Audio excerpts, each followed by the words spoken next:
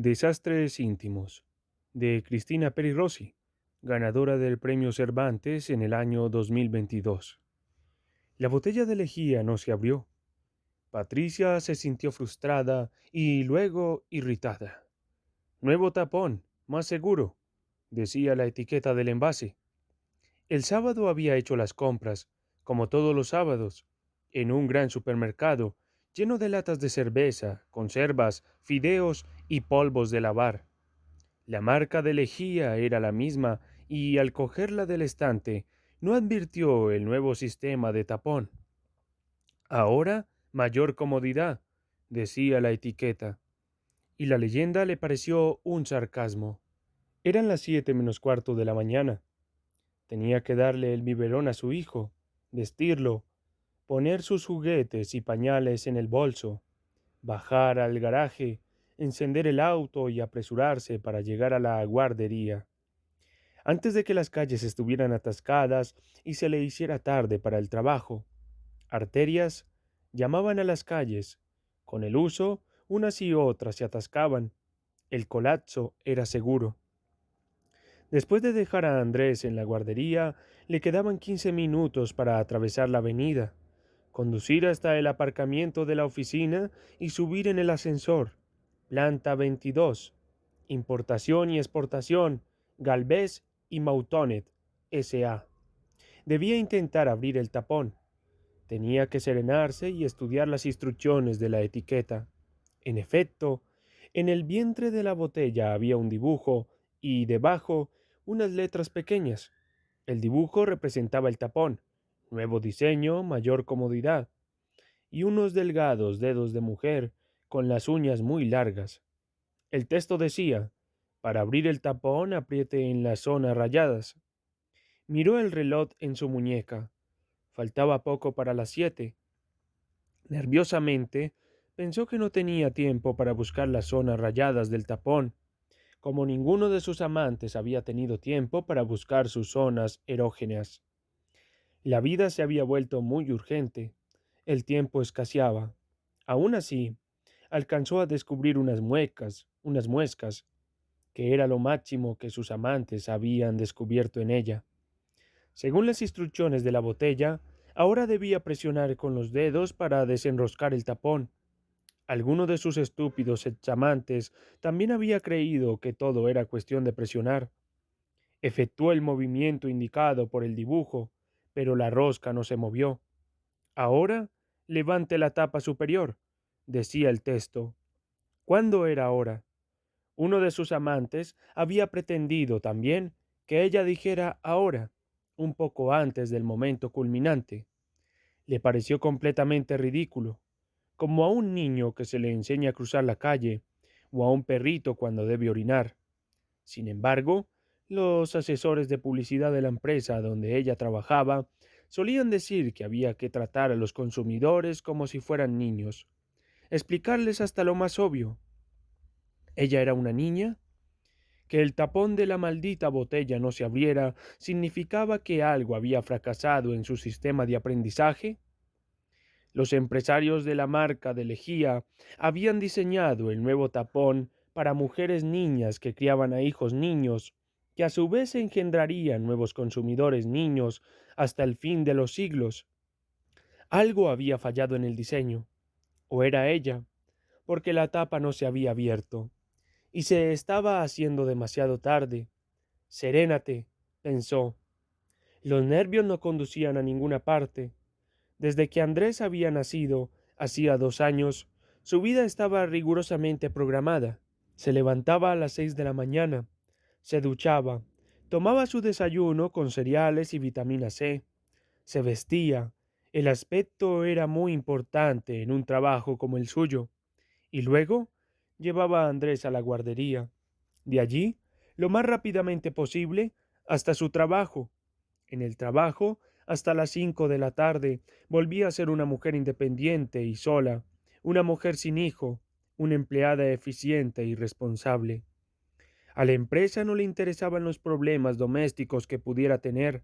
Es más, Patricia tenía la impresión de que para los jefes de la empresa la vida doméstica no existía. o creían que solo la gente que fracasaba tenía vida doméstica.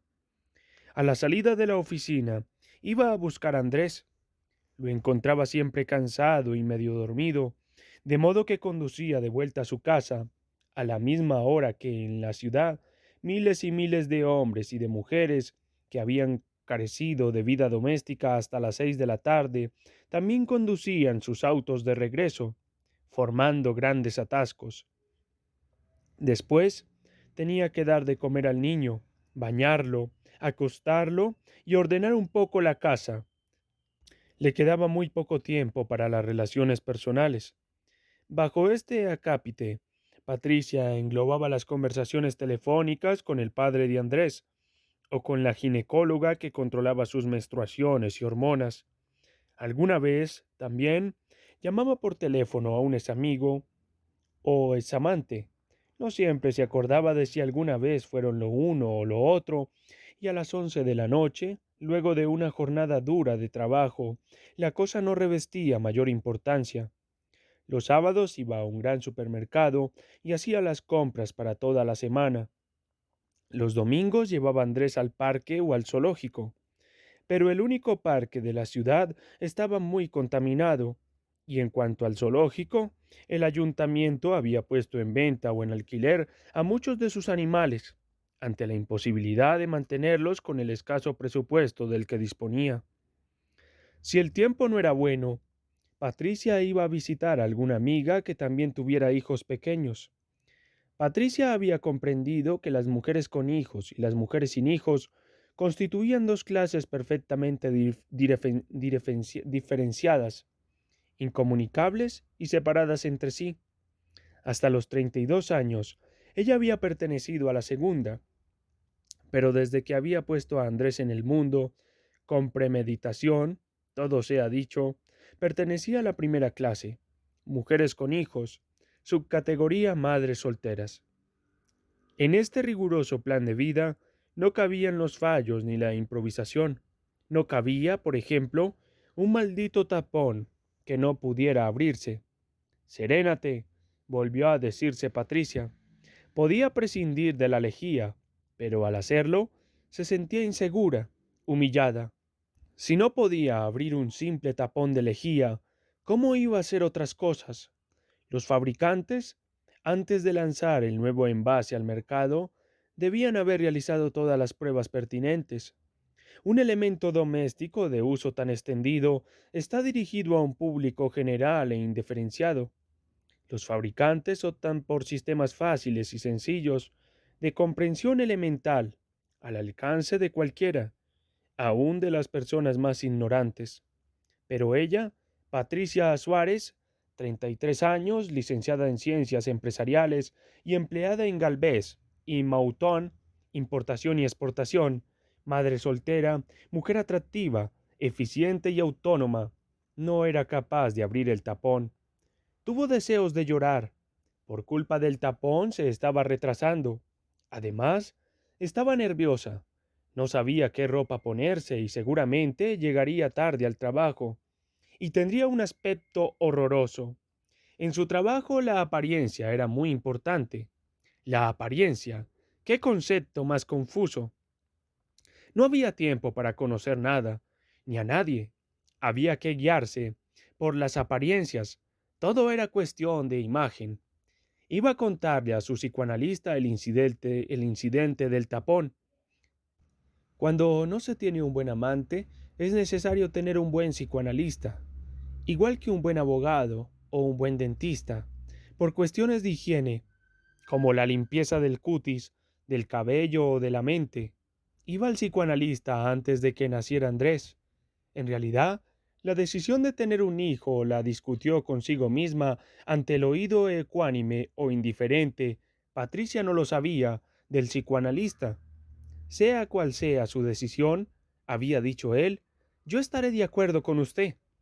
Patricia pensó que le hubiera gustado que un hombre, no el psicoanalista, le hubiera dicho lo mismo, pero no le había tenido. El padre de Andrés no quería tener hijos, y cuando se enteró del embarazo de Patricia, se consideró engañado, de modo que aceptó. a regañadientes, que su paternidad se limitaría a la inscripción del niño en el registro civil. Él no quería hijos y Patricia no quería un marido. A veces es más fácil saber lo que no se quiere. Mientras intentaba abrir el tapón, Patricia pensó que la relación más estable de su vida era con el psicoanalista. Se le ocurrió que los psicoanalistas varones eran como machos cabríos. Les gustaba tener una manada de mujeres dependientes, sumisas, frustradas, que trabajaban para él y lo consultaban acerca de todas las cosas, como si él fuera el macho alfa, el patriarca, la autoridad suprema, Dios. Seguramente, si le contaba al psicoanalista la resistencia del tapón de lejía, él le iba a pedir que analizara los posibles significados de la palabra tapón. Ella diría que, cuando veía un tapón de botella, especialmente si se trataba del corcho de una botella de vino o de champán, pensaba en Antonio, el padre de Andrés, por su aspecto retacón. Enseguida agregaría que siempre le gustaban los hombres feos, quizás porque con ellos se sentía más segura. Por lo menos, era superior en belleza. La lejía no se abría. Eran las 7:30. Aún no había despertado Andrés y no había decidido qué ropa iba a ponerse. Se le ocurrió que podía salir al rellano y con la botella de lejía en la mano, golpear la puerta de un vecino para que la abriera. A esa hora temprana, la mayoría de los hombres del edificio estarían afeitándose para ir al trabajo, y aunque la vida moderna impide que los vecinos de una planta se conozcan y se hagan pequeños favores, como prestarse un poco de harina, una taza de leche o el descorchador, la visión de una débil y desprotegida mujer, desconcertada ante un envase de imposible tapón, halagaría la vanidad de cualquier macho del mundo. El vecino, en pantalón de pijama y con la cara a medio afeitar, saldría a la puerta y con un solo gesto, firme, seco, viril, como el tajo de una espada, desvirgaría la botella, la degollaría, le devolvería la lejía desvirgada con una sonrisa de suficiencia en los labios y le diría alguna frase galante como «Solo se necesitaba un poco de fuerza» o «Llámeme cada vez que tenga un problema». Una frase ambigua y autocomplaciente que reforzara su superioridad masculina. Ella lo aceptaría con humildad, porque era demasiado tarde y porque su madre siempre le había dicho lo difícil que era para una mujer vivir sola, sin un hombre al lado. Después de escucharla muchas veces, su madre enviudó muy joven. Patricia tuvo la sensación de que la dificultad, esa sobre la que su madre insistía repetidamente, era una confusa mezcla de enchufes rotos, puertas encalladas, reparaciones domésticas, miedo nocturno, soledad e impotencia. Sintió que la dificultad tenía que ver oscuramente con el tapón.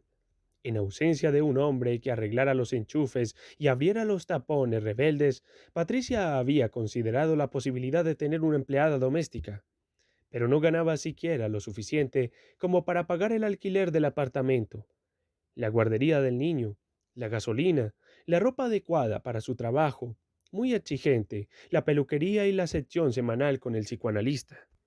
El psicoanalista era mucho más caro que una empleada de servicio, aunque en ambos casos se trataba de limpiar.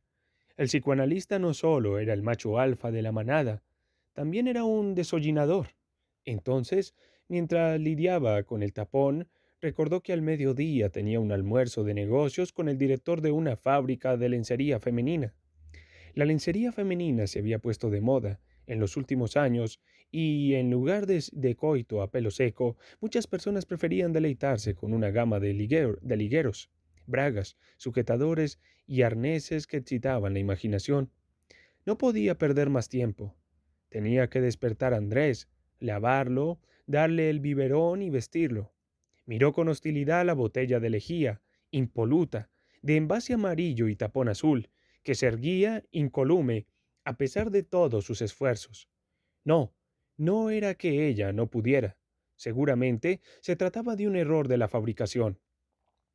El que diseñó el tapón debía de ser un hombre, un macho engreído, autosuficiente, seguro de sí mismo. Diseñó un tapón fallido, un tapón que las manos de una mujer no podían abrir, porque él, con toda probabilidad, jamás se había fijado en las manos de una mujer, en su fragilidad, en su delicadeza. El artilugio nuevo había sustituido al anterior, y ahora, en este mismo momento, en Barcelona, en Nueva York, en Los Ángeles y en Buenos Aires, la lejía era de una importante multinacional. Miles de mujeres luchaban para desenroscar el tapón, mientras Andrés empezaba a llorar. Seguramente se había despertado hambriento e inquieto. Su reloj biológico tenía requerimientos imperiosos. Le indicaba que algo no iba bien. Había ocurrido un accidente, un desperfecto. Mamá la dadora, mamá el pecho bueno no venía a alimentarlo. No lo mecía, no lo besaba, no lo limpiaba, no lo vestía. Andrés empezaba a llorar como estaba a punto de llorar ella. Se hacía tarde. El niño tenía hambre. Ella se retrasaba y el jefe no admitía explicaciones. Carecía de vida doméstica, como todos los jefes, por lo cual no tenía lejía, ni tapones. El jefe era un tipo soberbio sin ropa que lavar, ni trajes que limpiar. Los calcetines usados los tiraba a la basura. Comía en el restaurante y no tenía hijos. A la mañana, Andrés solo bebía la leche si se la administraba con el biberón. Debía de ser un resabio de su etapa de lactante. Cuando nos despertamos, pensó Patricia, casi todos somos bebés. Biberón sí, taza no. Cereales con miel sí, con azúcar no. Era así. Los niños estaban atravesados por el por el deseo, algo que los adultos no se podían permitir. ¿El deseo de la botella de lejía era permanecer cerrada? No seas tonta, Patricia, se dijo. Los objetos no tienen deseos. Bien, si no era el deseo de la botella, debía ser el deseo del que inventó el tapón. A ninguna mujer se le ocurriría que para abrir una botella de lejía era necesario emplear la fuerza. En el fondo, el inventor había diseñado el tapón perfecto, mudo y silencioso en su opresión, incapaz de abrirse, de soltar su tesoro, como algunos virgos queratinosos. No recordaba dónde había leído eso. Seguramente en alguna revista, en el dentista o en la peluquería. Era el único tiempo del que disponía para leer. El inventor debía de ser un tipo al que no le gustaba que las cosas se salieran de madre. Pensaba que las cosas tenían que estar siempre contenidas, atrapadas. Posiblemente, para él, la botella de lejía era un símbolo fálico. Guardar el semen, no perderlo ni malgastarlo, no derrocharlo inútilmente, como Antonio, que hacía el amor siempre con preservativos, para evitar la paternidad. Ella hubiera jurado que, sin embargo, Antonio miraba con cierta nostalgia el líquido seminal que expulsaba en el inodoro. Quizá lamentaba el desperdicio. El semen siempre olía un poco a lejía, y Andrés estaba llorando. Patricia iba a tomar una decisión. Abandonaría el frasco de lejía con su tapón hermético, indestructible. Lo dejaría sobre la mesa, luciendo su virginidad impenetrable, y olvidaría el incidente. La última vez que había llorado por algo semejante fue cuando las tuberías se atascaron. Nadie le había enseñado nunca el funcionamiento de las tuberías, ni en la escuela, ni en la Universidad de Ciencias Empresariales. Y las tuberías del edificio donde vivía se atascaron en su ausencia, a traición, mientras estaba en la oficina. Ella había regresado ingenuamente a su hogar, como todos los días, sin saber que, al abrir el grifo, las tuberías iban a estallar, sin previo aviso. De pronto, de las entrañas del edificio empezaron a salir líquidos extraños, malolientes, turbulentos y de colores sórdidos. Ella no entendía qué estaba pasando. Había alquilado el apartamento recientemente y por un precio que de ninguna manera se podía considerar una ganga. Y ahora, de pronto, parecía que el apartamento se desgonzaba, que se licuaba en sustancias repugnantes, como ese cuadro, Europa después de la lluvia, que había visto en una exposición. Quiso pedir ayuda por teléfono, pero la voz automática de un contestador le contestó que por un desperfecto de las líneas de la zona, lo lamentamos mucho, las comunicaciones telefónicas están interrumpidas. y el agua avanzaba por los suelos. Se echó a llorar, sin saber qué hacer. Entonces, aunque nadie lo esperaba, apareció Antonio, el padre de su hijo. Aparecía y desaparecía sin aviso. Era una forma de dominación, pero ella no se lo había reprochado nunca. Todo no se puede decir, observó el psicoanalista. En una ocasión, pero Patricia pensaba que con Antonio nada se podía decir. Era muy susceptible. Antonio entró con su llave, que nunca le había querido devolver. Insistía en que debía poseer la llave de la casa donde vivía su hijo, y la vio llorando, en medio de la sala, mientras un agua oscura, pegajosa, corría por el suelo y amenazaba con mojarle los zapatos. Era un hombre pulcro, muy obsesivo con la ropa, y no pudo evitar un gesto de disgusto. Este gesto recrudeció el llanto de Patricia. En realidad, no tenía que importarle lo más mínimo que Antonio se ensuciara los zapatos y el bajo de los pantalones, pero se sintió inexplicablemente culpable e insegura, tuvo lástima de sí misma y continuó llorando. Él no dijo nada. Echó una mirada atenta y abarcadora que comprendió toda la situación. Las tuberías repletas, el suelo inundado, el llanto de Patricia, su culpabilidad e impotencia. Y, luego de estudiar el panorama, se dirigió rápidamente a la cocina, a un panel oculto entre el zócalo y la pared, dentro de un cajón y con un par de pases enérgicos, inconfundiblemente masculinos, suspendió el chorro de agua. Patricia dejó de llorar, sorprendida. El empleado que hizo las instalaciones, cuando se mudó a ese piso, le había dicho que por ningún motivo del mundo tocara esas llaves, y ella había acatado la orden tan estrictamente que las olvidó por completo. Una vez cortado el chorro de agua, Antonio llamó al portero por el intercomunicador del edificio, que ahora funcionaba, y le pagó para que secara el agua que inundaba el apartamento. Así eran los hombres de eficaces. Satisfecho de sí mismo, se sintió generoso y la invitó a tomar un fresco, con el niño, en el bar de la esquina, mientras el portero secaba el agua del suelo. No hablaron de nada, pero él le dio un consejo. Le dijo, no debes llorar porque una tubería se ha roto. Entonces Patricia, con mucha tranquilidad, de una manera muy serena, le arrojó el refresco a la cara con su contenido de líquido y pequeñas burbujas de naranja. El líquido manchó la solapa del traje claro, nuevo, que él acababa de estrenar. Ahora estaba llorando otra vez, pero no tenía a quien arrojarle la botella de lejía. Gimoteando, comenzó a vestir al niño. No creas que estoy llorando solo porque el tapón de la botella de lejía no quiere abrirse, le explicó, como en un soliloquio, sino por la sospecha que eso ha introducido en mí. Al principio, es verdad, pensé que se trataba de un fallo personal. Pensé que era yo, que no podía. Pero no se trata de mí, sino del tapón. Han fabricado un nuevo envase con fallos, han puesto las botellas en las estanterías y las hemos comprado con inocencia. Por culpa de eso, se me ha hecho tarde. Llegaremos con retraso a la guardería y a mi trabajo. No podré decirle al jefe una cosa tan simple como que el tapón de la lejía no se abría. Es un hombre muy eficaz, muy importante. Carece de vida doméstica.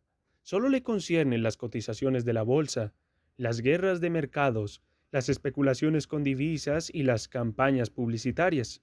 Podré decir, a lo sumo, que me retrasé por un atasco. Los atascos, hijo mío, son muy respetables. Son más respetables que un dolor de cabeza, la enfermedad de un pariente o la rotura de la tubería.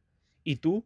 Continuó Patricia, dirigiéndose al niño, pero como hablando para sí misma, no has llorado solo porque tenías hambre. Has llorado porque el tapón de lejía no se abría. Yo estaba nerviosa y dudé de mí misma. Esa tarde, mientras conducía hasta el consultorio del psicoanalista, todo había salido relativamente bien, a pesar del retraso. Pensó que las lágrimas de las mujeres, esparcidas por la ciudad, eran un río blanco, ardiente, un río de lava, un río insospechable que circulaba por las entrañas oscuras, un río sin nombre que no aparecía en los mapas. El tapón de lejía no se abrió, le dijo Patricia al psicoanalista, en cuanto comenzó la sección, y no estoy dispuesta a perder el tiempo con interpretaciones. Es un hecho. El nuevo sistema de rosca de esa marca no funciona. Llamé a la distribuidora del producto. Había recibido numerosas quejas. El nuevo tapón fue diseñado por un ingeniero industrial ávido de éxito, supongo, fuerte, seguro de sí mismo, pero ha sido un fracaso. Van a retirar los envases de circulación. En cuanto a mí, afirmó Patricia con decisión, voy a pedir una indemnización. ¿A la fábrica del producto? Preguntó el psicoanalista, sorprendido. Al padre de Andrés. Por supuesto, respondió Patricia. No se hace cargo de ningún gasto, como si el niño no le concerniera. Cuando llegó a su casa, Patricia se dirigió directamente a la cocina, buscó un cuchillo de punta afilada y, sin titubeos, agujereó el tapón. Lo perforó por el centro con una herida limpia y perfecta. La botella perdió toda su virilidad.